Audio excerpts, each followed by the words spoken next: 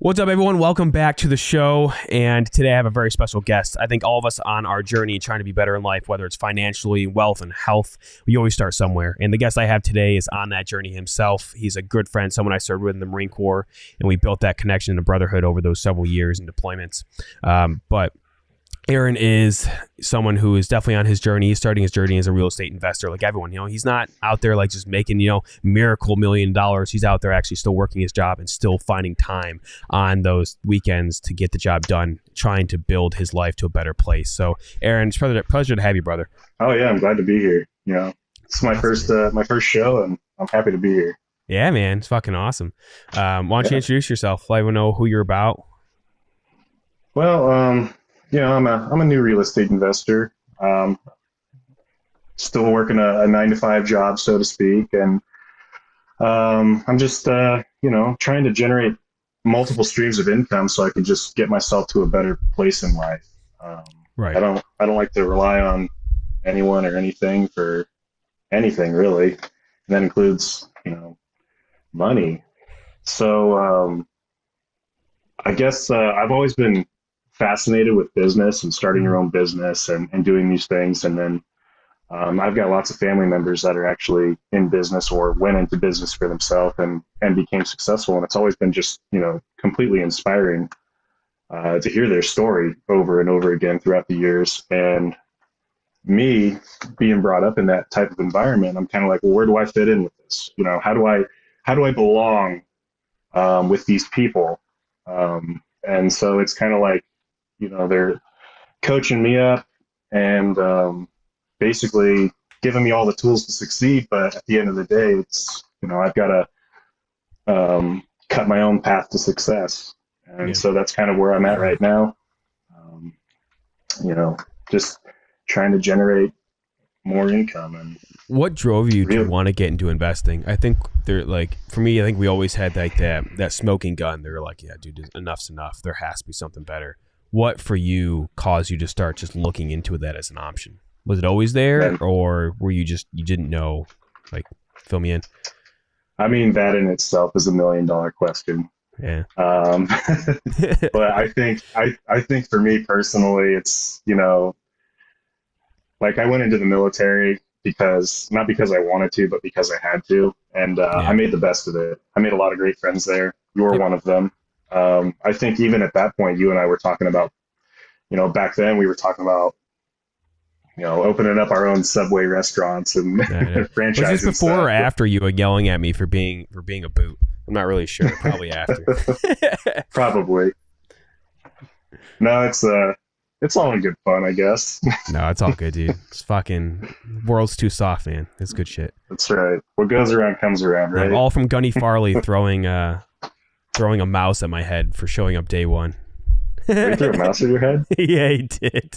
That's funny. It's because he didn't want to see a new guy since he was heading to Texas, and he got upset. He had to fucking deal with a guy, so he put me out in the jet that first day with a tough book and said, "Fix it." I sat there for like an hour and a half.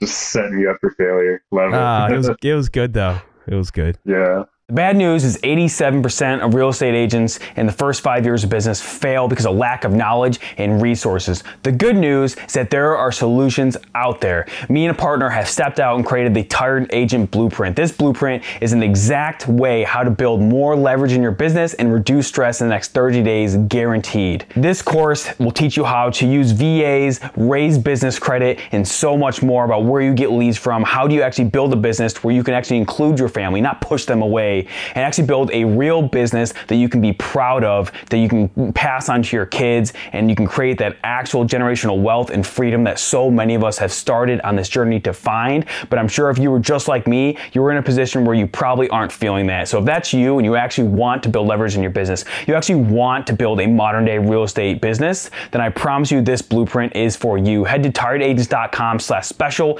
Right now, the course is in the final stages of production. I'm currently buttoning things up with my partner, and we're running a massive special. So go ahead and head to tiredagents.com/special, sign up, get on the email list to be notified when it gets released. And I promise you, if you want to build a leverage real estate business using modern methods and technology, this is the course that will take you from A to Z and how to do that, and also to include your family even more than you already are. Well, the best success comes from failure. So Oh yeah. No. Well, what's funny is like he seemed crazy at first, but it's yeah, those lessons that actually build you into something better. So yeah, yep, absolutely. He ended up, being one of the best mentors that I ever had. oh Just, yeah. Why is that? just I don't know, just a fucking guy that you know does what needs to be done, Yep. right? Just does what needs to be done. Doesn't demand respect from anyone. Mm. Just gets respect because he's fucking doing what needs to be done, Yeah, and man. that's it. That's what You it's all know, about. no, I feel that, brother. I mean, you guys had a crazy good shop, I think, when we first came into it. Especially like you guys went to Bahrain, I think, before I got there. So, it Yeah, was crazy to see how like the people that at first probably are the hardest on you, but they ended up being the best mentors. I mean, the one thing that I think stood out to me with him was the fact that like he might be so hard on you guys, but he like no one better fuck with the family because he would defend every time. yeah.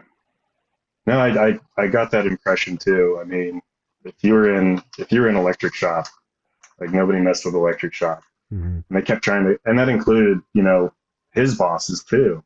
Yeah, It's like I remember a couple officers one time came into the shop and they're like, "Hey, you know, we need two boots to come over here and rake rocks in the general's garden or whatever." And yeah, you know, I think he was staff sergeant Farley at the time. He basically looked at these guys like, "Get the fuck out of here! I'll go rake these rocks. These guys have a flight schedule to maintain." yeah, And you got these two like boot officers just like looking at each other like, "Oh yeah, yeah, yeah.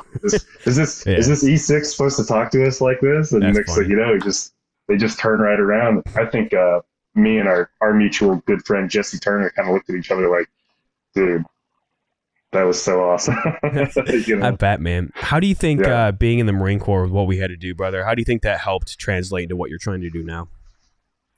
Well, you know, aside from all the benefits that just serving in our nation's military has given me, it's Yeah, it's just like it's that discipline. It's yeah, the you know getting out of your comfort zone and just making stuff happen, right? Because like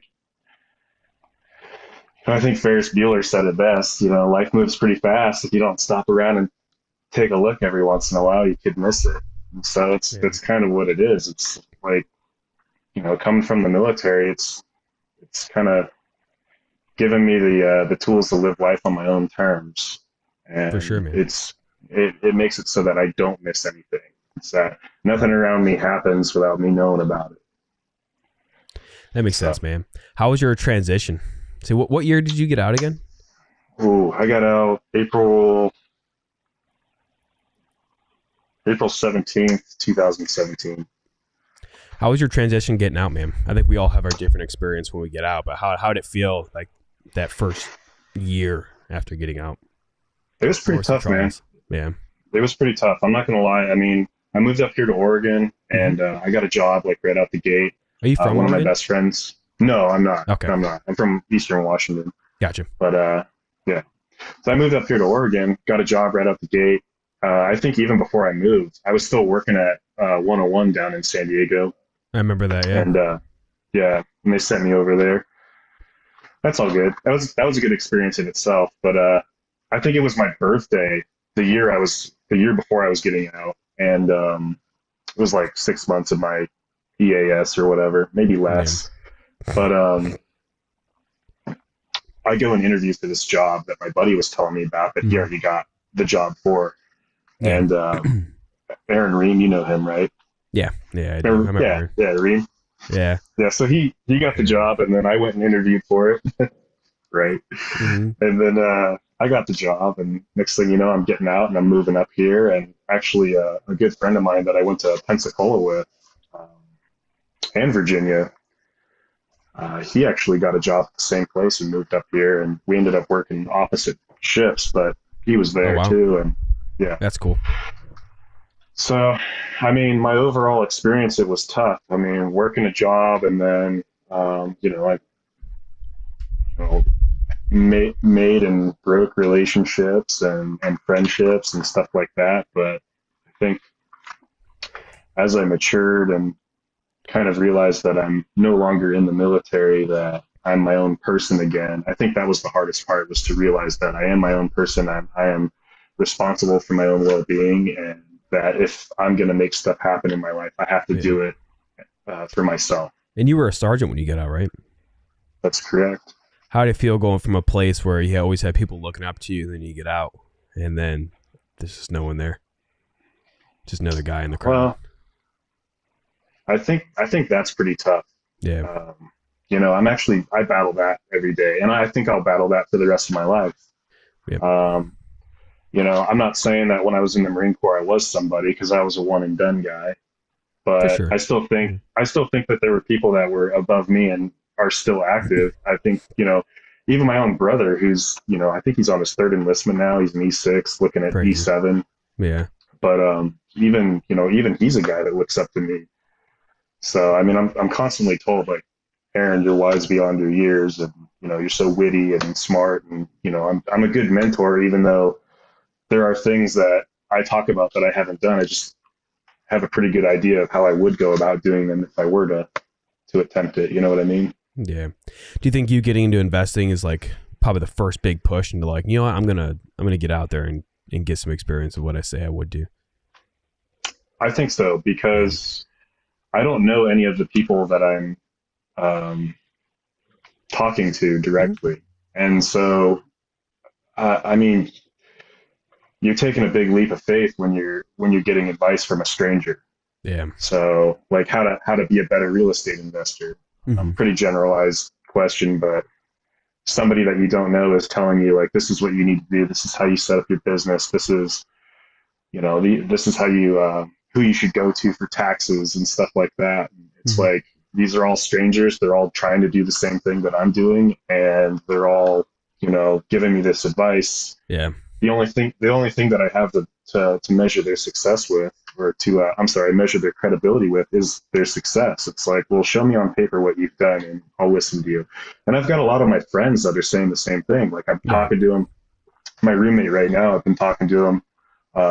Another Marine, my best friend that I met here at another job in Oregon. Yeah. And I keep telling him, because he's in real estate too, but he's doing it a little bit differently than I am. And that's fine. 1,000 ways to skin a cat, man. That's a great thing about real estate. Exactly. 1,000 ways to skin. Yep. Yeah. Absolutely. But I'm like, hey, you should do it. You should try and do it with me, like this and this and this. And and he's like, I could see, like, the wheels turning in his head. And he's like, yeah, that's a pretty good idea. But he's kind of looking at me like, is anybody else doing this method? Like, is this tried and proven? And he's kind of looking at, like, you do it and prove it to me that it can be done, and I'll jump on board with you. That's everything, man. And what's funny is most people that say that, not that your roommate is like that, but I've noticed that they say that, and then you prove it, but then they're still there, not jumping on. So, yeah. I mean, I think for everyone listening, so you haven't done a deal yet, though, right? No, I haven't. Great, dude. So when you come back on a year from now, we're gonna talk about all the experiences and the trials and tribulations. Absolutely. So we're catching in the beginning, brother. That's what it is. No, this in the beginning. This is a good time. Well, dude, what's awesome, man, is, like, I think I've noticed is, like, even though, like, you don't have kids yet, is you start, like, you get to have these moments, but then, like, the day if you do have kids down the future, like, or even just if you're older, you get to look back now when you were started and you didn't have anything set up. I mean, imagine another 20 years in the future, I mean, imagine how long it's been since you joined the Marine Corps and how much has happened in that time. It's been, a lot's happened in 10 years, 11 years now. So. Yeah, it's crazy, man. It's crazy. It What method are you focusing in on for investing, and why did you choose that? Well, I'm kind of, like I was just talking about my buddy who's doing it a more traditional way. I'm kind of focusing more on creative finance. So I got in interested in real estate, just like watching my mom invest in a couple of properties and kind of fix them and flip them. And she did it that same traditional way where you go out and get a loan from the bank and you live in it for a few years and you just make it a better place. I call it the Boy Scout method. You make it better than you found it. But for me personally, I look at that and I go, that's not the way for me, because I'm in a house right now and I wanted to flip this house. But the problem is that I have to go to work at 6 o'clock in the morning and I'm there till 4:30. And, I've got a 45-minute commute on a good day each way and an hour and a half on a bad day, just because traffic and stuff. But it makes it incredibly difficult to flip the house that you're in and sell it, even though I've got a ton of equity in this property right now. I mean, it's insane. Yeah. It's almost doubled since I bought it in 2018, December of 2018. It's almost doubled. So, oh man, it might be something that you can eventually just pull equity from in the future. Yeah, but I don't want to put a second position on title on my property. I'll just keep that one VA loan that I've got. Yeah. And that's kind of what inspired me to start a business. Is like it's really hard to lift something up when you're standing on it. Yeah. And so I'm like, all right, well, I need to start a business if I'm going to do this legit, and I'm going to start networking with people. And then I found this mentorship, this sub 2 mentorship. Nice. If you guys are interested in real estate investing and doing creative finance, I highly recommend doing the Subject 2 method. Sub 2 is the community that I'm a part of. Yeah, I've noticed it's gaining in popularity. How about you explain what Subject 2 is? Because I think a lot of people aren't going to know what that is. Okay. I have a good understanding of it, so but I would love for you to give your explanation of it. Yeah, so Subject 2. So I think, I tell people all the time, like, because I'm a mechanic, an aircraft mechanic. And I tell people all the time, like, part of troubleshooting is knowing how stuff works. So you have to know how the system works before you can figure out how to fix the problem. And so basically where I'm going with this is I have to tell you how real estate works in order for you to understand, the different avenues that you can approach it with. So basically the traditional method is like you go to a bank, you get pre-approved for a loan, you get the loan, and you go buy a house with it. Well, with Subject 2, when you purchase a house Subject 2, somebody else already has a loan on that property. And sometimes they even have liens against the property too, like second and third position, like a home equity line of credit, or they borrowed money from somebody and put it against the home. Subject 2 is you come in and take over the existing debt on that property. You don't assume the loan, so the loan stays in the person's name, but you assume the debt, and you just pay it on their behalf in exchange for the deed or the rights to the house or the property. Got it. So that's what I'm doing. Cool. And what are some pitfalls with that method? Some things that could go wrong. Things that could go wrong. I mean, let's say you do actually get a property Subject 2. The lender for the original owner of the loan could come in and, call the note due. We call it a due on sale clause. Yeah. Could you explain what that is when a lender does that, what it means? Yeah. So when a lender does that, basically pretty much anything real estate related is public information. Who owns it, how much they bought it for, what their interest rate is, maybe. And the sale of a home is also public information. I mean, that's why you see it on like Facebook or whatever, like some famous actors sold their home for, $30 million more than they bought it for. I think I just saw it the other day. Brad Pitt was one of them. They come up all the time. But but that's public information. And so your lender, when you have a loan on a property, they will see when that property has exchanged hands, when that deed has exchanged hands. And they're like, hey, you sold the house. That's how they're going to see it. You sold the house because the deed exchanged into another person's possession, and you didn't give us our money. So we are calling that money due upon the sale of that home. So it could be hundreds of thousands of dollars, and they could be like, hey, you need to pay all this now. Yeah. Gotcha. Absolutely. Is there a way to beat that if they do that? They call it due? Yeah, there are ways. One way is to basically trick the system. Again, knowing how it works is how you're going to solve your problem. Yep. You can, when you're doing this transaction with somebody, you can, basically do a lease option to purchase, where basically a lease option is like a rent to own kind of scenario. You rent the house and then you have the option to buy it. You lease the house from them and you can buy it in a future date. So you can. So if they call it due, you're deeding the property back to the owner then, and then signing a lease option contract. Absolutely. Gotcha. And the option. And I'm assuming that is the allows you to prime- rent out the home then, right? Inside Yeah. the contract. Cool. Yep. Sweet. So you're Another telling option me is- that it's a great way to solve someone's problem. So if I'm like, I'm Sally homeowner and I have a great rate on my property, but I'm like, man, like I just, I want 160 for my house, but it's but it's only worth 140. Or obviously you can change that up. Obviously it's gonna be more expensive where you're at and where I'm at in Southern California, but the same concept applies because I'm seeing it all the time as an agent. You could come in and be like, well, that's fine. Like if you can't afford the payments or whatever happened in your life, I'll come in and do that. And that way, you're, even though like the numbers still work for you, right? I'm assuming at that higher rate, right? I mean, at the higher price because you're using their rate that they have. Yeah, probably lower. I don't really care what the price is as long as the numbers work for me, and Numbers, at the end of the day, at the end of the day, like I'm trying to help solve their problem too. So subject to really only works if they have low or no equity. So who has low or no equity in real estate? VA loans right out the gate because why? They put no money down. FHA, right? Yeah. Similar concept. And then people that are behind on their payments.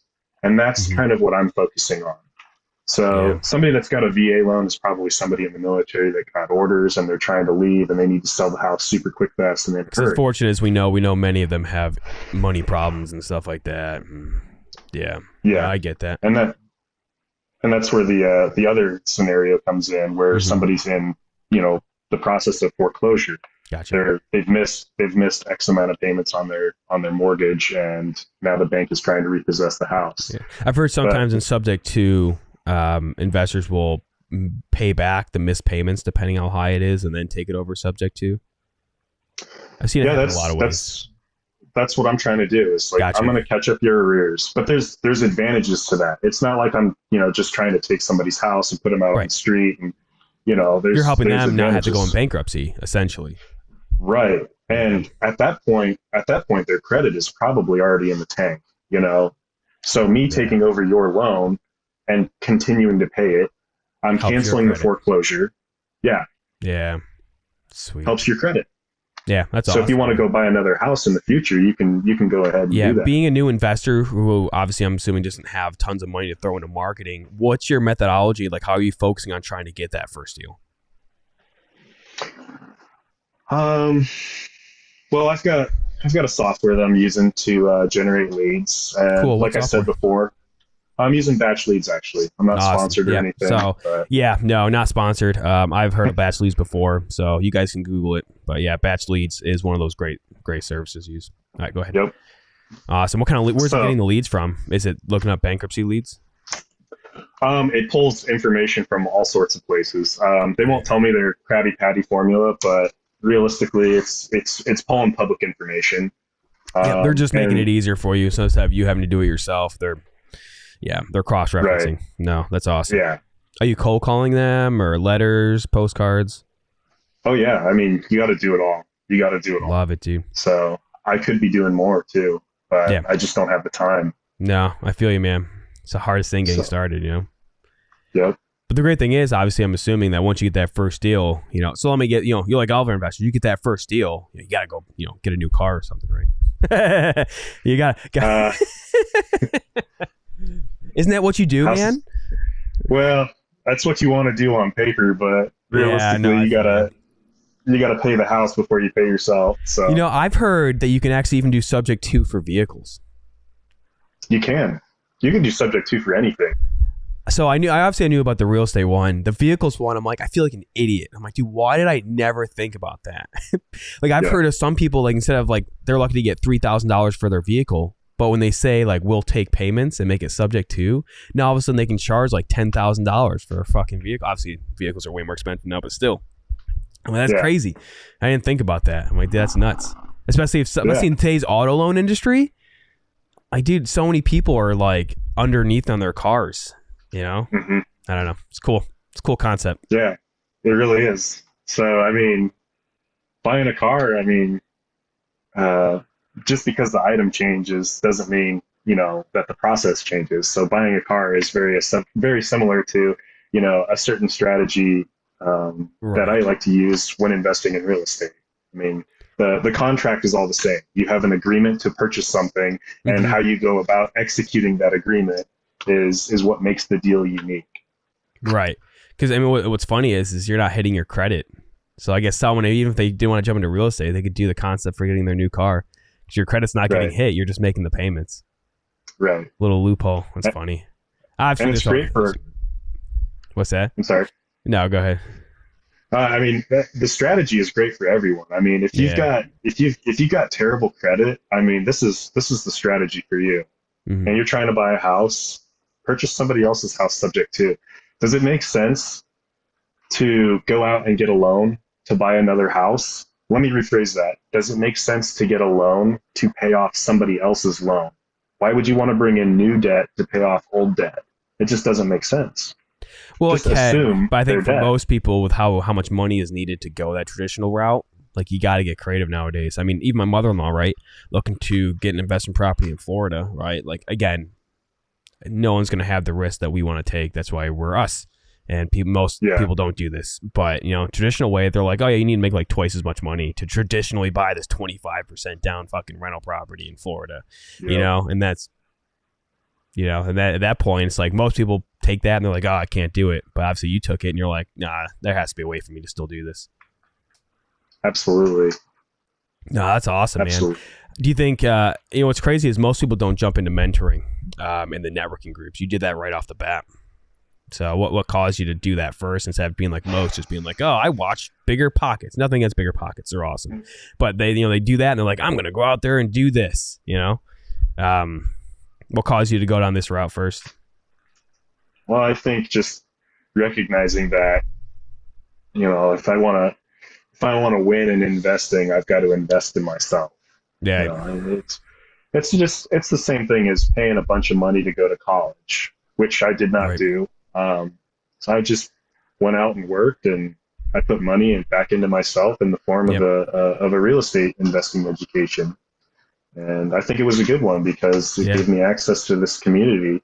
And, you know, there's people that I work with that I've never met all over the United States.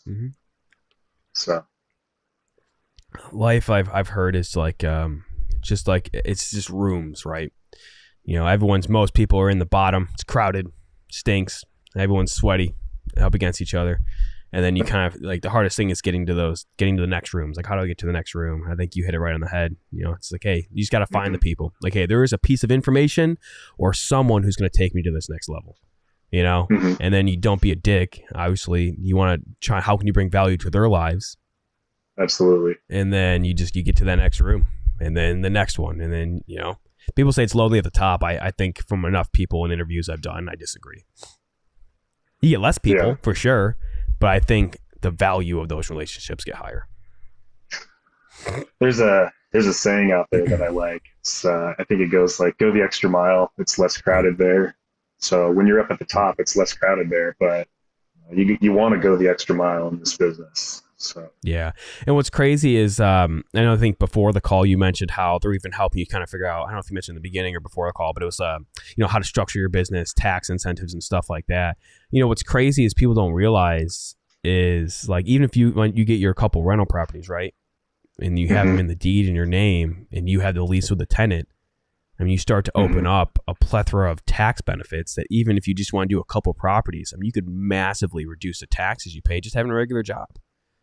Yeah. No, my girlfriend's texting me. It's like, get out of here. I know. It's all good. Yeah, it opens up a ton of tax benefits. America, I've said this before, I'll say it again. America loves married business owners that also have property. Yeah. Have you ever, what are some negative, there has to be negative things that people have brought to you just because you start this journey? Have you gotten any pushback or people who are just like, look at you like you're some weirdo trying to go down this path? Yeah, they're just people that don't really understand it. I mean, if they're laughing at you, that means it's a good idea, right? Or if they're laughing at you, that means your dreams are big enough. So there's always going to be those people, though. I mean, do you think Grant Cardone became so successful listening to all the naysayers? No. No, I love those people, though. I still remember the site manager at 101 telling me I'm going to come back. I still remember him. He said, like, you'll be back. I haven't come back. Yeah, it's like they all say that. Well, it's because most people do, dude. You worked as a contractor at 101, dude. How many guys would go across the country just to come back to work at 101? It happened a lot. My brother was on recruiting duty, and I'd already been out for like 3 or 4 years. Yeah. There was a guy I worked with, a Marine I worked with at 101, and my brother's like, "Hey, do you know this guy?" I'm like, "Who?" And he sent me his Facebook profile. I'm like, "Oh yeah, I know that guy. What's up?" And he's like, "Oh, he's over here at LA MEPS, and he's trying to get back in the Marine Corps." And I'm like, "Oh." And in fact, even one of the guys that I started working up here with, he tried to go back a couple of times, and he tried to get me to go back. It's like, I'm not going back to that. Like, no. It's not a bad place to be. No, it's a great place to start. And I'm thankful for every opportunity that it has given me because I did it. Mm-hmm. But I want something more. Yeah. I want more. Yeah. Well, I think people also think that the grass is greener on the other side. I think that's completely a lie. I think it all comes down to you as a person. Like, you got to build yourself. You know, you got to water it. Yeah. Yeah, because I mean, you mentioned, I think when you had that rough getting out for that little bit of period of time, I think most of us go through it. Even if you have a plan, you know, like shit just falls apart. Mm-hmm. Like it's so weird because you get out and you're like, oh fuck, who am I? You know what I mean? Yeah. Like, oh, Sergeant Hodge or Sergeant Johnson. Like, now who am I? Mm-hmm. Man, right? Well, I got to figure this out. You know, but I think life's just a journey. You know, you figure out every step of the way, and seasons change. And have you ever, when you got out, did people ever be like, you changed? I'm like, damn right I changed. Like, you haven't? Are you still the same person from high school? It's crazy. Like, how sad. Yeah. Well, I think everybody grows at their own pace, but yeah, I definitely changed between going in on active duty and getting out. Absolutely. I mean, mentally have changed. Well, I think it forces us to grow up faster, you know? Like, you don't have time to sit there in like early 20s, you know? In reality, I mean, heck, man, we were working on $1 million aircraft, responsible for fixing it and allowing it to maintain to fly. It's not like a small responsibility. Yeah. I know. And at the time, I think we were in Korea at the time, and it was my girlfriend's birthday, ex-girlfriend. Yeah. And she got in an argument with me. I was like, you got to understand, like, what I'm doing out here. It's just, it's nonstop controlled chaos. I mean, going through it, it was pretty stressful. Looking back on it, it's like, yeah, whatever, just another job. But right. I remember feeling pretty stressed back then. Yeah, I was in Gwangju, wasn't it? Yeah. Yeah, the place sucked. Did. Remember when the fire alarm went off in the middle of the night? God, dude. That was the loudest fire alarm ever. Oh my! I think I saw a building like 2 blocks over evacuating for our fire alarm. It's like, yeah, this thing's so loud. That place was terrible, man. Oh God! Looking back, it's funny, but at the time, oh my God, dude. We remember you eating the powdered eggs for breakfast, and like I couldn't get enough hot sauce on those fucking things, man. Like how they would, like, remember, like, you'd walk in the morning and you were lucky to get any food, and there's like those eggs, and like there was so much water sitting in them because they just dumped boiling water to cook the fucking things. Right. Oh man, good times. Yep. Those things were disgusting. They were so gross, dude. But I ate them because I was hungry. And then if you were lucky, that little exchange would open like once a week, and you get pizza. Yeah. Oh man, remember the stale beer that they had in there? Yeah, and we filled up mop buckets that one time we got off. That one day everyone had off. Yeah. That was a wild party. That was a party. Yeah, and then like, wasn't there like, didn't one of the other guys from one of the other units like knife one of our guys or something weird like that? Dude, I don't fucking know. Yeah, not at that party though. What's not that? At that party. Not at that party, but I remember that. Yeah. And, Jesus Christ, dude. Yeah, that was a that was a good night, though. I mean, it was a nice barbecue. I don't know if it was like somebody's birthday or we were just celebrating. Yeah, I think we were just celebrating, there. dude. Hey, remember how that painting's still there? I think. Remember how one of the Orties painted that Viking? I bet you it's still there, man. Mm-hmm.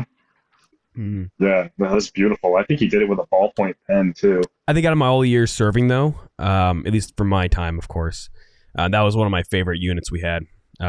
We had a great CO, and overall, like, it wasn't as bad as the preceding years. I know you weren't there towards the tail end, but dude, it got pretty stupid with some of the leadership that we had.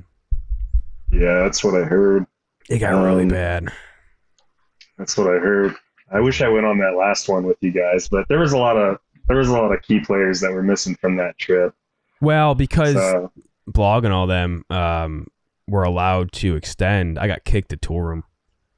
So it actually turned out to be one of the best experiences I had that year because I got to learn actually how to manage, and I first really got ballsy with networking to where like even the officers knew me. But yeah, it was crazy, man. The last deployment was, I mean, it was whatever.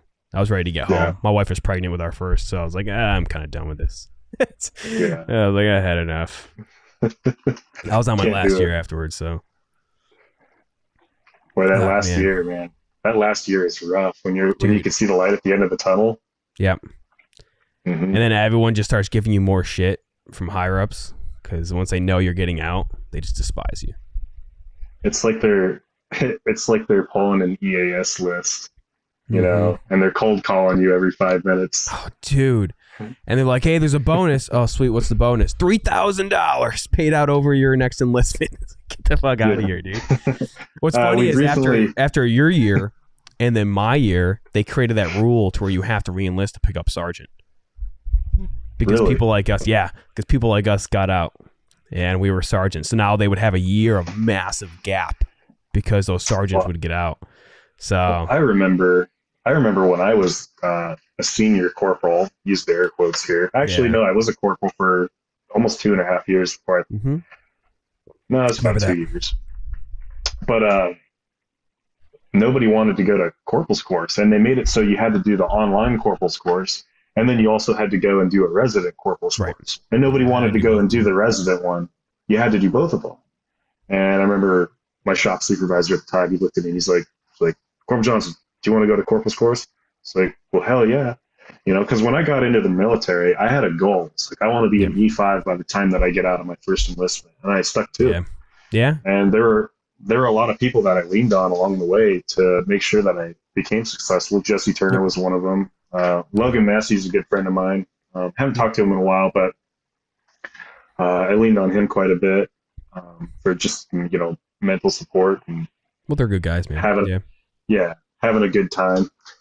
Yeah, when you and Jesse left, it's kind of anyone that I respected was just kind of, I mean, Blog and them were all there. I worked with Blog at 101 too, and they were all good. They knew their job really well, and it was a good shop. But like once the family started to get broken up towards the end there, I was like, none of the new guys really. Yeah. I've been through that myself with my mentors that were there before you got there. I mean, I don't know if you knew Keith Hodges or not, but he was a good friend of mine at the time, and he still is. But yeah, I haven't talked to him in a while. Like Manicop came in once too. I saw both of them. Yeah, he's a good guy. He was there with me from day one. And I always looked up to that guy. He's a good guy, and he's when Marty left too, when they wouldn't let Marty extend, that one sucked too. Yeah, I always appreciated just shadowing everything that man did because he was so like meticulous with his maintenance that he did on those things, and like there were problems that we would run into. Are you talking about Marty? Yeah. There were problems we'd run into, and nobody could fix it. And he'd go out there and just celebrity shot, and it'd be done. I remember. It's like, how did you do that? Oh, I know. He was insane. I remember when they put me on nights for some reason as a new guy, which is weird, but they put me on nights, and it was just me and Marty for like a good week and a half for some reason. Like Jesse he was with some stupid thing that he got sent to, and I remember like we had it was for one of the computers, and we had to repin a cannon plug. And they were already taped and numbered. But then Marty got called over, and I'm just standing there, and I'm like, I'm gonna fucking repin this thing, and I repinned it. And he came back. He looked at me, and he looked back. He's like, "All right, let's fucking see if it works, or you're fucked." And it worked, thankfully. That was after honestly, it was thanks to like him and Jesse that I actually probably had any basic knowledge, because you know them. Those two are just insane wealths of knowledge to be on nights with. Yeah. But yeah, dude, good times, man. Yeah, but it's weird because then like after you got out, have you experienced like any like family feeling like that? Any family feeling? Like guys that you work with, or like that you feel that connection with, you know? Well, since I've been out, I've worked, oh man, 1, 2, I think 3 jobs, and each one of them has been hard to leave, because, you know, I could leave a job all day long. It's the people that I get attached to. Right. But to answer your question, no, I've never had that sense of camaraderie or brotherhood, because, you know, working a civilian job, you might go out for a drink if you're lucky, right, with your coworkers once a year. You know, working in the shop there in the Marine Corps, it's like we drink. Sorry, Mom, if you're watching, we drink every night. Especially nights in Japan, man. That the point we were both on together, and we get done with nights and we play Mario Kart with Emerson. Yeah, that was good. Yeah. Oh God, dude, man, I'm so stupid. I couldn't live that way now. No. My body couldn't handle it. No way, man. And there were guys there were guys like our age now, our gap, and then you know, for us that years ago, and they did that kind of partying then. Dude, there's no way, man. No wonder guys get out after 20 years just destroyed. I'm like, just don't take care of yourself, man. I know. Well, it's a lifestyle that's you know, it takes a toll on you. Mm-hmm. Man. But brother, it's been an honor to catch back up and kind of see your journey. I really hope that in the next year we get to bring you back on and get to hear about some of your first rental properties experiences. I mean, I'm sure you'll get some stories. They come up, man. I mean, I remember I had to go clear one of my houses because it was an Airbnb, and she was wanted for a felony, and the sheriffs didn't want to come out because it was like a weird loophole. Yeah, dude, it's good stuff, and you'll have your stories. Yeah. They come. But if someone wants to get a hold of you, brother, what's the best way for them to do so? You could email my business email. It's thejohnsonpropertygroup@gmail.com. Awesome. We'll put that down. I check it every day. Sweet. And we'll add that down to the description, man. I'm sure there's someone else on your journey likewise, especially if they're looking to get into subject too. I think what's great about real estate is like there's so many ways to do it, right? And you don't have to go be an agent. Like I got into agent stuff just because I fell into it already with my business, but I was already investing before that. Yeah, and you know, but I think, you know, if you're reading this and you want someone who's already going through it and maybe can, you know, connect with you, and hey man, I don't care if you're across the country, like deal opportunities always show up. Always. And what's great is like, you know, I'm sure we're there, and if someone's in a different state and a deal comes up and they don't know what to do with it, I'm sure you'd partner with them to try and find someone who can knock it down. I'm always looking for partners. Always, man. Always looking for the deals. I love it, dude. But right on, brother. Well, it's been a pleasure. And for those of you that are watching this, thank you so much for watching. I look forward to seeing you guys in the next video.